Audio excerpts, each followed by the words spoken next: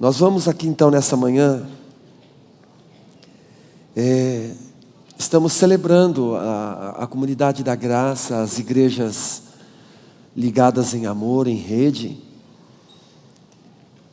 Hoje iniciamos 4 encontros, onde a gente vai focar no Pentecostes.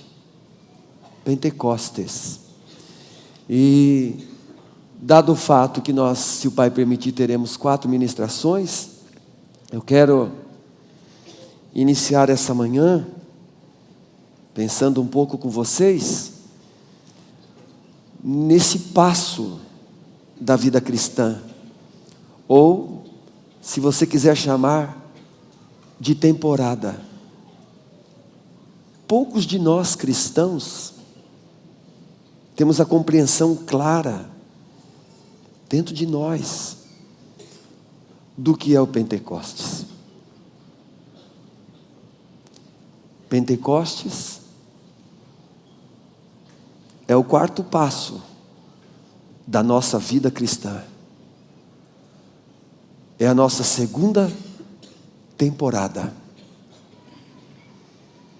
Seria para mim impossível, difícil, nas minhas limitações, eu me preocupo de até precipitadamente me equivocar e apressar e não ajudá-lo. Em 17/7/2015, eu comecei uma série de ministrações falando das 7 festas do Senhor. Festas e celebrações perpétuas. E nós falamos das 7 festas que foram estabelecidas pelo Senhor no Antigo Testamento. Usei um encontro para ministrar o real sentido daquelas festas e de que elas foram dadas a um povo, aos judeus, depois de 1 ano de terem saído do Egito, depois de terem celebrado a Páscoa pela primeira vez, no primeiro mês do ano, em abril. Após essa saída, 1 ano, o Senhor vem e estabelece, lá em Levítico 23, as 7 festas do Senhor, que eram compreendidas 7 festas em 3 temporadas. A primeira temporada, a temporada da paz, que compreendia o início dessa temporada, o primeiro passo, Páscoa. O segundo passo, pães asmos. E o terceiro, primícias. Um festival, contendo uma celebração. A primeira temporada, paz, que tinha ali a festa, a celebração da Páscoa, juntamente com mais 2 celebrações, pães asmos e primícias. Depois o Senhor estabelece a 2ª temporada, ou seja, o 4º passo, Pentecostes, que fala de poder. E depois o Senhor menciona a última temporada, com o 5º, o 6º e o 7º passo, através da última temporada, a festa dos tabernáculos, que tinha simultânea a ela a celebração das trombetas, expiação e tabernáculo. Eu queria pedir então para você, por favor, e vou compartilhar contigo, que não venho aqui nessa manhã, eu vou falar de Pentecostes, não vou ensinar judaísmo, e também não tenho a pretensão de levá-lo as sombras e ficar nas sombras. Hebreus capítulo 8, do versículo 1 ao 13.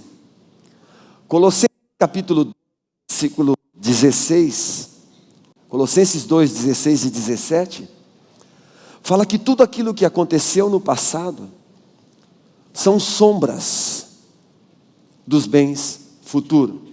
São figuras que apontavam para realidades, ou seja, acontecimentos históricos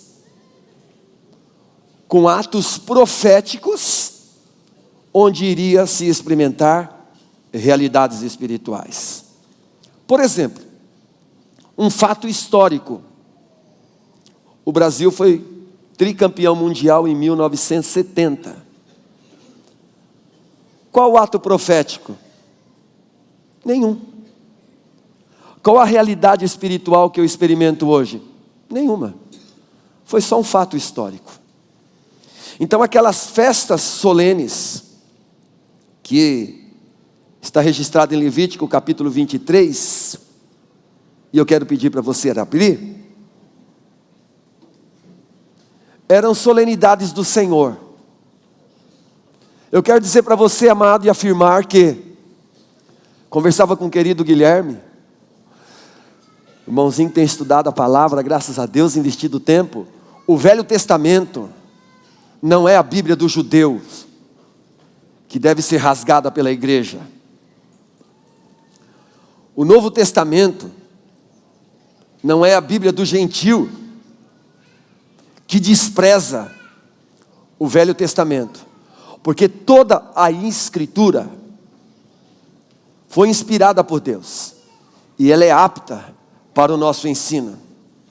O que não serve para a gente do Velho Testamento? Todas as figuras não servem para nós praticarmos. Nós não podemos aqui estabelecer que vamos fazer literalmente as 7 festas. Nós não vamos trazer aqui na Páscoa e matar um cordeiro. Isso é acontecido, o fato histórico, que apontava para algo profético, com as suas realidades espirituais. Não dá para a gente, irmãos, experimentar Pentecostes. Não dá para a gente viver Pentecostes, até porque se você for no dicionário, você verá que Pentecostes tem a ver com a ligação com 50 dias, tem a ver com o dia em que os judeus celebram Moisés recebendo o Pentateuco no Monte Sinai, fogo, chama, se movendo.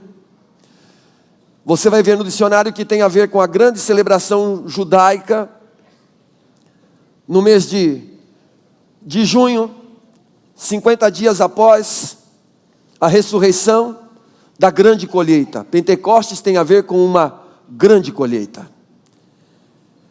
E nós precisamos aprender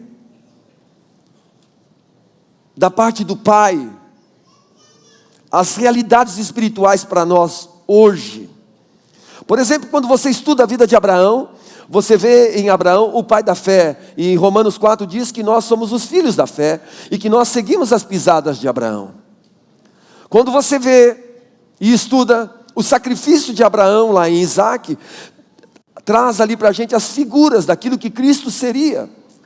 Deus poupa os homens, mas Ele entrega o seu filho na morte. São as figuras, os atos históricos, com algo profético que iria acontecer. Então nós precisamos aprender 3 temporadas, subdivididas em 7 passos. Primeira temporada, paz. Segunda temporada, poder. Terceira temporada, descanso. Levítico 23 começa dizendo que falou o Senhor a Moisés. E tudo que o Senhor fala tem realidade espiritual e sentido para todas as eras. Fala aos filhos de Israel e diz-lhes as solenidades de quem? Do Senhor. não são solenidades para um povo em um território físico. Ainda que o Senhor usou Israel, os judeus, um território físico, que de maneira sobrenatural eles existem, que de maneira sobrenatural eles ainda permanecem como nação, porque tem algo de Deus ali com relação a uma figura. A Bíblia nos chama de salvos como o Israel de Deus. Nós somos a Jerusalém celestial, ok? Eu não preciso andar com uma bandeira de Israel nas minhas costas, não preciso. Mas é o fato que nós aprendemos as realidades que nós, a igreja, podemos desfrutar hoje, em conhecendo toda a Escritura, inclusive as sombras. Então são solenidades do Senhor, santas convocações. Estas são as solenidades do Senhor, e tudo aquilo que é do Senhor é para mim, é para você, e nós vamos desfrutar de tudo isso. Através dessas 3 temporadas, 7 passos, que são as sombras, nós encontraremos ali a participação divina, encontros do Senhor com o seu povo. Tanto que são 3 temporadas com 7 passos. Por que 3? Porque Deus Pai, Deus Filho e Deus Espírito Santo. Porque nós somos corpo, alma e espírito. Ontem, hoje, amanhã. Manhã, tarde e noite. Por que 7? Porque 7 fala do número que completa tudo. Toda a nossa história. Toda a nossa temporada. Vocês sabem, nós estamos no ano 2019. Um homem chamado Gregório, ele mudou o calendário. E essa mudança do calendário, das datas, fez com que nos perdêssemos com relação aos encontros de Deus com a humanidade através dos anos e dos dias. Por exemplo, os judeus, eles têm um calendário civil, que é desde Adão até hoje. Eles estão vivendo o ano 5.779, da história deles, de Adão até hoje, que vai mudar setembro, outubro, que é o novo ano. E eles têm o calendário religioso, que é o calendário que é celebrado, que começa o mês de Abib, o mês de abril, março, abril, que é quando dá saída do cativeiro do Egito. Isso tem sentido espiritual. Eles, por exemplo, a mudança do dia não é à meia-noite como o nosso, 24 horas, 0 horas, a gente inicia um novo dia na escuridão. O novo dia deles é iniciado ao pôr do sol, ainda dia, aproximadamente 6 horas da tarde no nosso horário. A vida deles começa na luz, não começa nas trevas, como a mudança do nosso dia. Isso é um assunto profundo que não dá para a gente compartilhar aqui hoje. Essas 7 festas eram relacionadas às temporadas com relação à preparação da terra para o plantio, a espera pela colheita, a celebração e o descanso. Por exemplo, cada homem maduro deveria comparecer 3 vezes ao ano para a celebração desses 7 festivais, 3 temporadas. Julho, agosto e metade de setembro era tempo de inverno. eles não compareceriam. E quando você estuda as 7 igrejas de Apocalipse, você verá a era negra da história da igreja, na Idade Média, que encaixa exatamente com a época onde era o inverno espiritual, que a igreja experimentou. Depois que o Espírito Santo esfriou na vida dos irmãos, começou a época da apostasia. Então nós precisamos ter entendimentos espirituais sobre o que de fato tudo isso em figura, como funcionava, reconhecermos os atos proféticos para entrarmos na realidade espiritual. Paulo diz assim em Colossenses 2, 16 e 17: ninguém importune vocês por conta de festas, celebrações, atos externos, porque a realidade está em Cristo. Isso é tão sério, que Cristo é a Páscoa, que Cristo é o nosso pão asmo, Cristo é a nossa primícia, Cristo é o nosso Pentecoste, Cristo é a nossa trombeta, Ele é a nossa expiação, e Ele é o nosso próprio tabernáculo. Então nós precisamos olhar, para falar de Pentecostes, irmãos, nós precisamos ir para o primeiro passo. No versículo 4 de Levítico 23, temos o primeiro passo, que é a Páscoa, que era o primeiro cerimonial. Por que o primeiro cerimonial? O que foi o fato histórico? O dia que Israel saiu do Egito, eles se prepararam, eles pegaram um cordeiro, imolaram um cordeiro, pegaram do seu sangue, passaram em suas portas, porque Deus iria passar para julgar o Egito.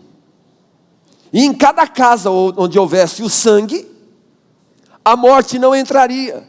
E ela não poderia entrar porque não havia dívida, porque não havia culpa, porque havia um sangue que foi derramado, um cordeiro que foi aceito em cada casa. E por que era o primeiro cerimonial? E por que foi o primeiro? Isso foi um fato histórico, mas por que o primeiro? Porque a vida do crente, a nossa vida, o nosso primeiro dia, começa quando a obra da cruz, o fato histórico, Israel no Egito, o fato profético, Cristo iria se tornar o Cordeiro de Deus para tirar o pecado do mundo. Por isso que João disse: eis o Cordeiro de Deus que tira o pecado do mundo, aleluia. A realidade espiritual, aquele dia em que o Espírito Santo derramou fé no meu coração e no teu coração, nós vimos uma cruz, nós vimos um madeiro molhado de sangue, o sangue que pagou a nossa dívida diante de Deus, diante de um Deus irado por conta do pecado. Romanos capítulo 5, versículo 1: sendo, pois, justificados pela fé, por meio do sangue de Jesus, temos paz para com Deus. Então o primeiro passo, a primeira temporada, não há possibilidade nenhuma. O Senhor não pula as suas etapas. Ele não vai ter 6 passos, Ele não terá 5, são 7, plenitude. Deus Pai, Deus Filho, Deus Espírito Santo, 3 temporadas. E é disso que começa a tratar a história da nossa redenção. Na Páscoa, o que nós ganhamos? Na morte de Jesus, nós ganhamos juntamente com Ele a morte do velho homem. Somos arrancados da mão de Satanás. Deus vem e intervém sobre as nossas vidas, ao enviar seu Filho Jesus Como Moisés em figura foi mandado para o Egito, Jesus se torna um homem, e Ele vem aqui nessa terra, vem viver 33 anos do seu ministério, tendo contato com tudo aquilo que é pecado, com tudo aquilo que é degradação humana, e como homem, que esvazia-se da sua glória e homem se faz, Ele cumpre a lei, Ele cumpre toda a justiça de Deus, Ele chega lá em Jerusalém, meus amados, quase 1500 anos, depois da primeira celebração da Páscoa, Jerusalém, um lugar físico, natural, lotado de gente de todas as nações, não só judeus agora, mas de todas as nações, estão lá para celebrar, e trazer à memória, quando um povo saiu,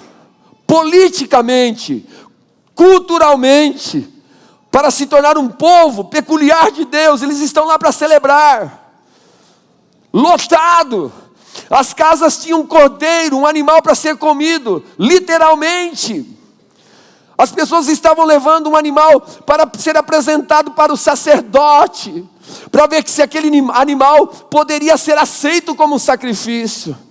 Jesus entra em Jerusalém com seus discípulos, cumpre todo o ritual da Páscoa, que não dá para falar nessa manhã, é julgado por todos, é julgado pelos homens, perfeito, inocente, sem culpa nenhuma, mas mesmo assim, Ele, sem culpa, inocente, foi para isso que Ele veio, Ele se torna o Cordeiro de Deus que tira o pecado do mundo, e o seu sangue derramado na cruz, resolve a nossa questão de posição, porque nós estávamos na morte na nossa condição, a nossa posição era morte eterna, condenação eterna, mas Deus, que é riquíssimo em misericórdia, pelo muito amor com que nos amou, entregou o seu Filho na morte, para que hoje, justificados pela fé, tenhamos paz para com Deus, e o sangue de Jesus Cristo, seu Filho, nos purifica de todo o pecado, e agora nenhuma condenação há para os que estão em Cristo Jesus.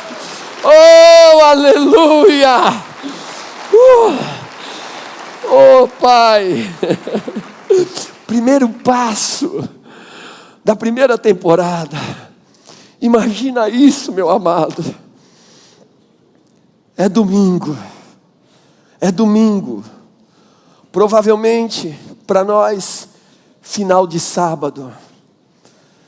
Jesus não pode ter sido crucificado numa sexta-feira, porque tudo que Ele falou, Ele cumpriu. Assim como o profeta Jonas esteve 3 dias e 3 noites no ventre de uma baleia, assim vai acontecer com o Filho do Homem. Provavelmente Ele foi crucificado numa quarta-feira à tarde, ficando 3 dias e 3 noites lá no ventre, porque no sábado, quando você lê sábado na Bíblia, nem sempre sábado é o 7º dia da semana, mas sábado na Bíblia também é dia de convocação solene, e o povo estava todo na preparação para a solenidade da Páscoa, e um cordeiro está ali andando, e ele é entregue na morte, no domingo. Que domingo? Nesse domingo aqui, de Levíticos 23, 9, pensaram que tinham resolvido a questão de um falso profeta, de uma nova ideia, de uma mentalidade de rebeldia. Pedro já tinha negado Jesus, porque ele naturalmente esperava um libertador político, social, econômico, cultural. Negou Jesus, tal foi a decepção dele, num domingo cedo. Que domingo? Esse domingo aqui, as primícias. Levítico 23, 9. Falou o Senhor a Moisés dizendo: fala aos filhos de Israel e diz-lhes: quando houveres entrado na terra que vos dei de dar, e cegardes a sua cega, então trareis um molho das primícias da vossa cega aos sacerdotes. O que era aqui, Eu quero pedir perdão a você, eu pulei algo. Eu estou falando das primícias, não posso falar das primícias sem falar dos pães asmos. Perdão, pulei algo. Voltando, recapitulando, peço perdão aos irmãos. 14º dia, Páscoa. 15º dia, um cerimonial, pães asmos. fato histórico. Israel estava no Egito, o Senhor disse que eles sairiam de lá com mão forte, que eles não deveriam levar massa com fermento para o deserto. A massa iria inchar e a massa iria pesar. Eles deveriam sair apressadamente. Esse é o fato histórico. O fato profético. O fato profético é que você vai ver que na Bíblia fermento fala de mistura. Você vai estudar e você vai ver, por exemplo, 1 Coríntios capítulo 5, o apóstolo Paulo, ele usa as festas, a figura das festas, olha só, ele usa a figura da segunda festa, do segundo passo, da primeira temporada, para dizer assim, aquela igreja estava em pecado, e ele diz assim, vocês não se incomodam com o que está acontecendo nessa igreja não? Ninguém vai se mover com relação ao pecado? E ele diz no versículo 7, alimpai-vos pois do fermento velho, para que sejais uma nova massa, assim como estáis sem fermento. Ou seja, você já é igreja, você agora já tem o pão da vida, você não vive mistura, você não vive misturado com o mundo, sincretismo, princípios do céu misturado com os princípios da terra mundano, e às vezes do diabo. Você não tem mais o fermento. Por quê? Você não tem mais o fermento, porque Cristo se tornou o teu verdadeiro pão. É disso que Jesus trata em João capítulo 6. Eu sou o pão vivo que desceu do céu. Quem comer da minha carne, do meu pão, não experimentará a morte, mas viverá para sempre.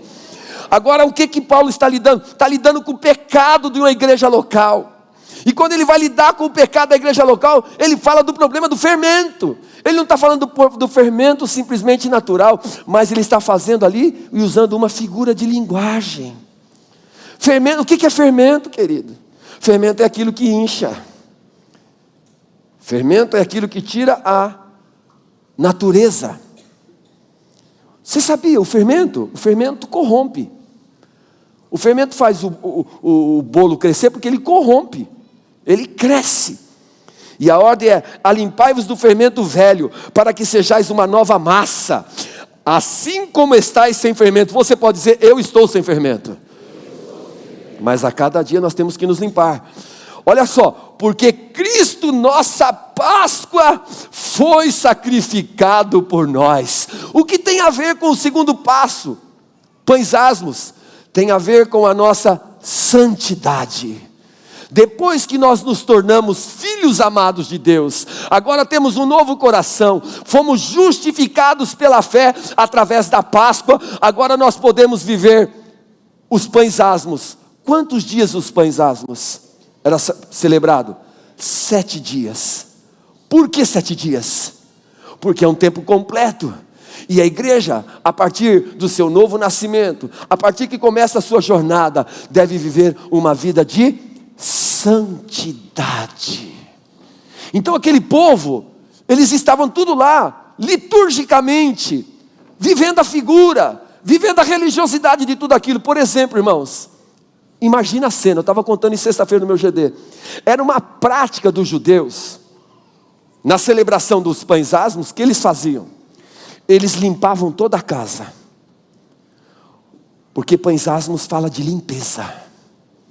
Sede santo, como eu sou santo. Não ameis o mundo, nem aquilo que há no mundo, porque se quem ama o mundo, o amor do Pai não está nele. Sabe o que eles faziam, irmãos? O chefe da casa, olha isso que lindo nisso, limpava a casa, fazia pão com fermento, na solenidade daquela semana, era um ritual dos 7 dias, fazia pão com fermento, acendia lamparinas dentro de casa e escondia os pães com fermento. E aí chamava os filhos, e os filhos iam correndo procurar pão com fermento dentro de casa. Faziam um autoexame do lar, da casa. Quem somos nós? A casa de Deus. O que Paulo disse para a igreja? Examine-se, pois, o homem a si mesmo, e depois coma desse pão e beba desse cálice. Quando a criança encontrava, olha que ensino, gente, Olha que sabedoria para ensinar. Quando a criança encontrava o pão levedado, eles vinham com o pão levedado na mão e diziam: isso não serve para nós, isso aqui é lixo. Eles pegavam o pão levedado e jogavam na lata do lixo. Então o que é a celebração do Pães Asmos? É o Espírito Santo trazendo à luz tudo aquilo que é mistura na nossa vida, tudo aquilo que é prática e conceito mundano, que não tem nada a ver com as coisas do céu para a terra, e a gente pegar e jogando tudo no lixo. É vida de santidade. Terceiro passo da primeira temporada, aí sim, primícias. Naquela manhã de domingo, nosso horário aqui podia ser 18 horas e 1 minuto do nosso horário, 18 horas e 20 minutos, porque era o horário que começava o dia deles. O que estava acontecendo em Jerusalém? O fato histórico, o milagre das primícias. O que era o milagre das primícias?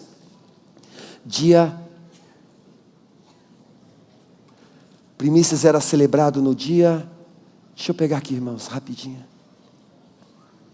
18. Era num domingo. Os homens Israel ia na sua lavoura, tinha o trigo plantado e tinha a cevada plantada. A cevada ficava maior, ela crescia.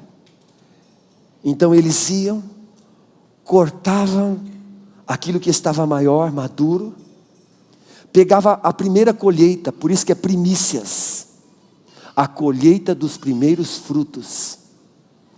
Eles cortavam, pegavam aquilo que era sustento, aquilo que era provisão, resultado do trabalho, resultado da espera.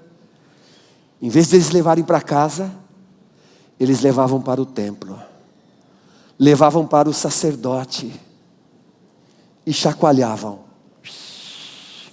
e consagrava a Deus o fruto da terra, o resultado da terra. Isso era o fato histórico, o fato profético. Domingo de primícias em Israel, quase 1.500 anos, entre 1.400 e 1.500 anos, Israel celebrando todo ano isso, naquele domingo, e enquanto o sacerdote estava movendo a cevada no templo humano, figura humana, o templo de Salomão, algo está movendo o sepulcro. Jesus ressuscita dos mortos, é levantado da morte. E depois Paulo vai explicar em 1 Coríntios capítulo 15 que Cristo se torna a primícias, o primeiro dos que dormem. Ele vai explicar em Coríntios 15, porque aquele povo não cria que não havia ressurreição, e Paulo diz: olha, se Cristo não ressuscitou, então nossa fé é vã. Mas aí ele afirma: de fato, Cristo ressuscitou e ele se tornou as primícias dos que dormem. Ou seja, crente não morre, crente dorme e ressuscita para a glória do Pai. E aí, então vem o final da primeira temporada. Você pode dizer, primeira temporada. Paz, que compreende. Páscoa, minha morte com Cristo. Pães asmos, minha santificação para Cristo. Primícias, o primeiro fruto. Eu me torno o primeiro fruto. E agora, naquele domingo, Jesus ressuscita, se torna primícia dos que dormem. Então, no primeiro cerimonial da Páscoa, libertação do Egito, ato profético, a crucificação de Jesus, pessoal, nossa redenção e libertação. Os pães asmos, um pão sem fermento, histórico, profético, a santidade e a pureza de Cristo que poderia se oferecer, a santidade e a pureza da igreja, realidade espiritual. Hoje nós somos santos, porque Ele é santo, amém, amados? Primícias, Ele vence a morte. Lázaro ressuscitou, mas foi dormir novamente. Jesus ressuscitou para nunca mais morrer. Por isso que nós estamos nele. Ele é a primícia dos que dormem. Você se alegra nisso? Resolvemos a questão da paz. Quantos aqui têm paz para com Deus? Por isso que em meio às guerras nós temos paz. Porque paz para nós, mais do que o estado de espírito, é uma pessoa, é Jesus Cristo, o nosso Cordeiro Pascal, o nosso pão vivo que desceu do céu, e o feixe de cevada que foi movido pelo Pai para se oferecer em favor de nós. Aleluia, louvado seja o nome do Senhor. A Bíblia diz que se as primícias forem santas, toda a massa será santa. O que acontece? Jesus ressuscitou naquele domingo de primícia. Quando Ele ressuscita, o que Ele diz para os irmãos? Ele se apresenta e diz o quê? Em Lucas 24: paz seja convosco. Olha para o seu irmão e diz para o mano aí: paz seja contigo, amado. Aleluia, você já está no primeiro passo. Aleluia. Lucas 24, 36, paz seja contigo, aleluia. Versículo 45 diz que abriu o entendimento dos discípulos. Versículo 46 e 47, Jesus trata da questão da morte e da ressurreição.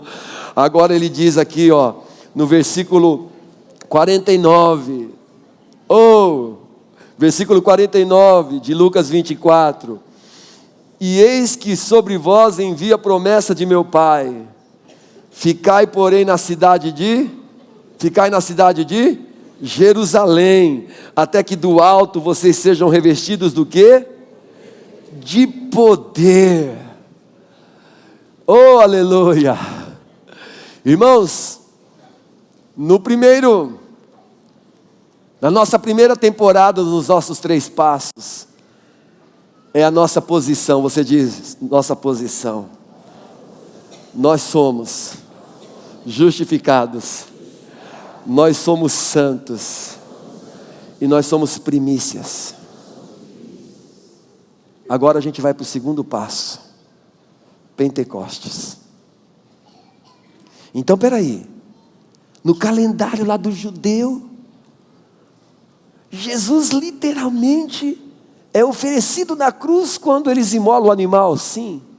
Você está falando que Jesus ressuscita exatamente no domingo que os judeus lá com o calendário deles, data natural, eles comemoram o domingo de primícias. Jesus ressuscita? Sim.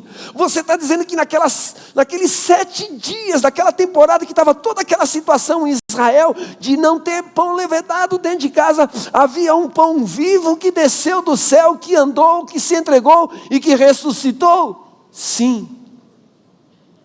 Jesus fica 40 dias com os discípulos, com um corpo incorruptível.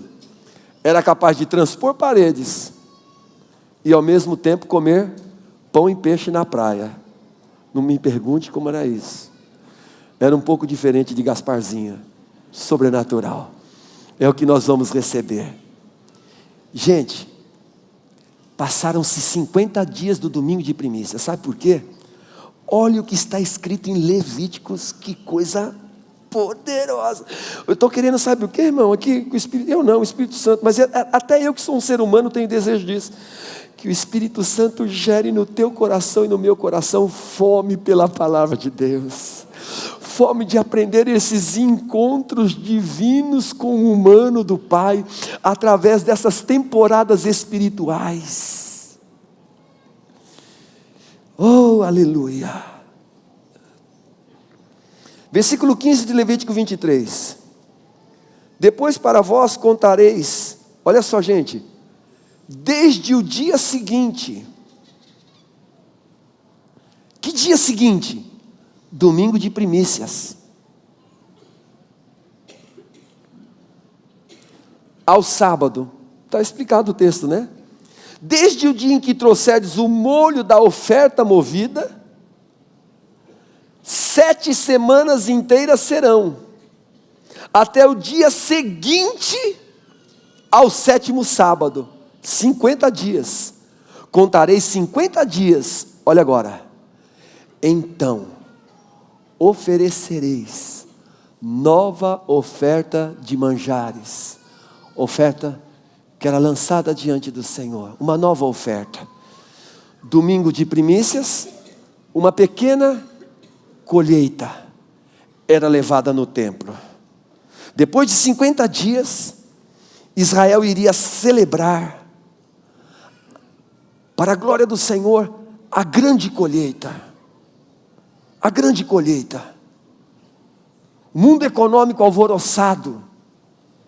Povo ali na grande expectativa de ter os seus resultados financeiros, de ter a sua provisão para a época que chegaria, a época de inverno. 50 dias. O povo vai e começa a sua grande colheita. Pentecostes.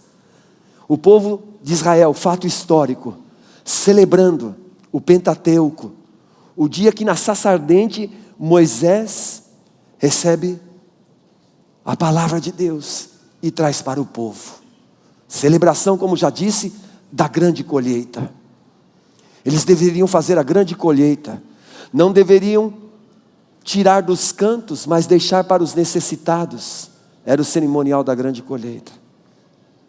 Naquele dia, irmãos, depois de 50 dias, certinho, tem 120 irmãos no cenáculo. Muita gente voltou para suas atividades. Muitos frustrados. Foram 3 anos de muita aventura em Jerusalém. Os comentários já começavam por alguns, né? Morreu, ressuscitou. Alguns dizem que ressuscitou, alguns dizem que não, que seu corpo foi roubado, trazendo a dúvida. 50 dias, 120 irmãos. Quem eram aqueles 120 irmãos? Eles eram a primícia para Deus. Porque o Pentecoste só pode ser experimentado por aquele que se torna primícia. O Pentecoste começa na primícia. O Pentecoste começa quando nos entregamos no lugar da adoração. O Pentecoste começa quando nós somos movidos por Deus e consagrados a Ele. Como ontem foi tantas vezes lembrado no aniversário do Fábio à noite. Mateus 6,33. Buscai em primeiro lugar o reino de Deus. Primícias. E as outras coisas vos serão acrescentadas. Sabe, irmãos, tem custado caro para a vida da igreja. A pregação só do primeiro passo. Há irmãos que compreenderam tão bem o primeiro passo da justificação e da paz para com Deus, que ficam ali. Eles ficam ali. Não querem absolutamente saber de mais nada. Eu fui corrigido por um jovem nessa igreja, que me trouxe o estudo de que nós estávamos aqui pregando errado. Que a gente só tinha que pregar a justificação pela fé e o resto não precisava. Mas Jesus não fez isso. Paulo não fez isso. Sabe por quê? A justificação pela fé e a paz com Deus não é a conclusão da obra. É o início da grande obra na nossa vida. Porque a nossa justificação pela fé, através do primeiro cerimonial, dos 3 passos, resolve a nossa posição diante de Deus. Mas o Pentecoste resolve a nossa condição diante dos homens na terra. Por isso que Jesus disse: vocês fiquem na cidade de Jerusalém para serem cheios do Espírito Santo, e vocês receberão poder. Vocês vão receber poder para serem minhas testemunhas.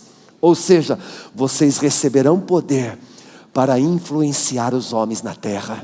Vocês receberão poder para ser testemunha, relatar o que eu relatei. Ser testemunha, a palavra testemunha está relacionada a ser mártir, ou seja, levar a morte de Jesus Cristo, como uma semente que cai na terra, e se o grão de trigo cair na terra não morrer, fica ele só, mas se ele morrer, ele dá muitos frutos. Aqueles 120 irmãos estavam no cenáculo, e de repente, calendário de Deus, vem um som do céu, ventos, línguas como de fogo, trazendo a lembrança daquilo que eles estavam comemorando como fato histórico, o fato profético de que o Espírito Santo viria, que Jesus viria restituir o homem na sua posição, paz com Deus, e que agora Jesus Cristo, através do ministério do fogo do Espírito Santo em Pentecostes, viria para inaugurar um tempo de poder. Um tempo de poder divino na vida de homens humanos. Um tempo de poder divino onde homens humanos seriam movidos pelo céu na terra. Pensar o que Deus pensa, sentir o que Deus pensa, porque Pentecoste, guarde isso, Pentecoste é transformação da mente, uma nova maneira de pensar. Pedro estava lá entre aqueles irmãos. Pedro tinha tido aquela experiência miserável, desgraçada, de ter perdido a memória a respeito da história dele com Jesus. E normal ele ter perdido a memória. Por quê? Porque ele não estava cheio do Espírito Santo. E o ministério do Espírito Santo é nos ensinar e nos lembrar todas as coisas. E a Bíblia diz, o primeiro acontecimento depois daqueles irmãos experimentarem Pentecostes, 120 irmãos se tornam primícias. Eu quero dizer para você, meu querido, a tua célula é uma primícia para Deus. A tua célula é um feixinho que Deus está movendo. Não brinque com esse negócio de grupo menor. É um pequeno grupo que Deus está movendo. E esse pequeno grupo que Deus está se movendo vai se tornar um Pentecostes, vai se tornar uma grande colheita para a glória do Senhor Jesus.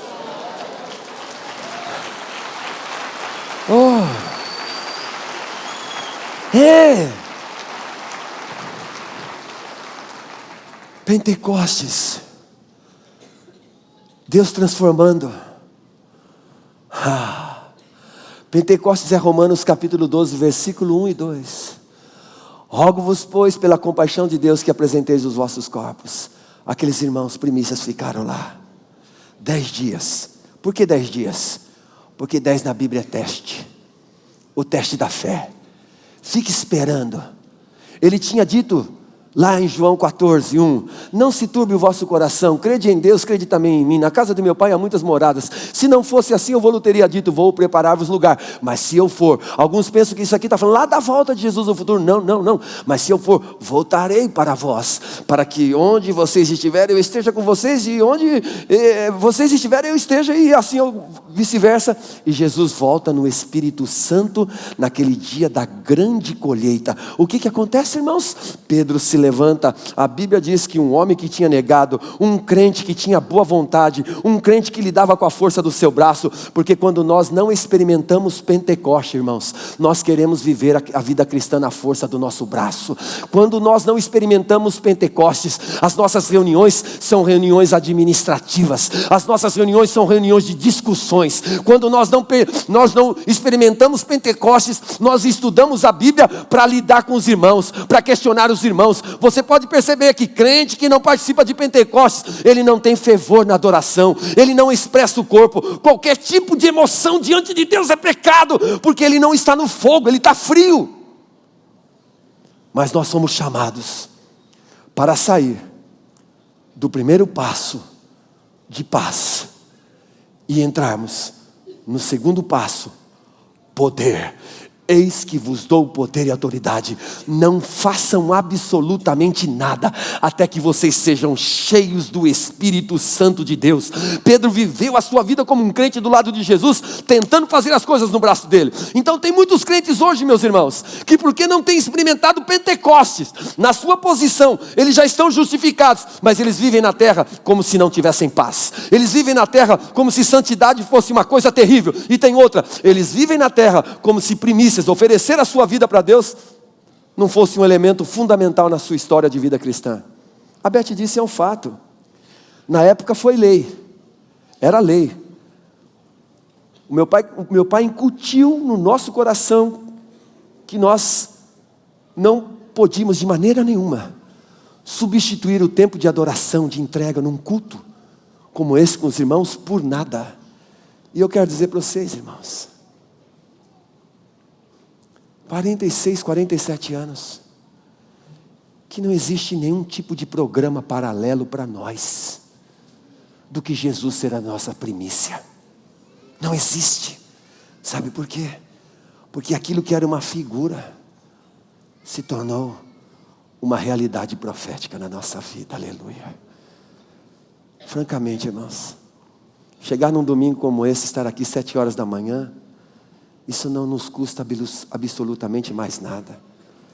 Quando eu estava lá sem um coração novo, eu ficava fingindo, porque eu morava perto do campo.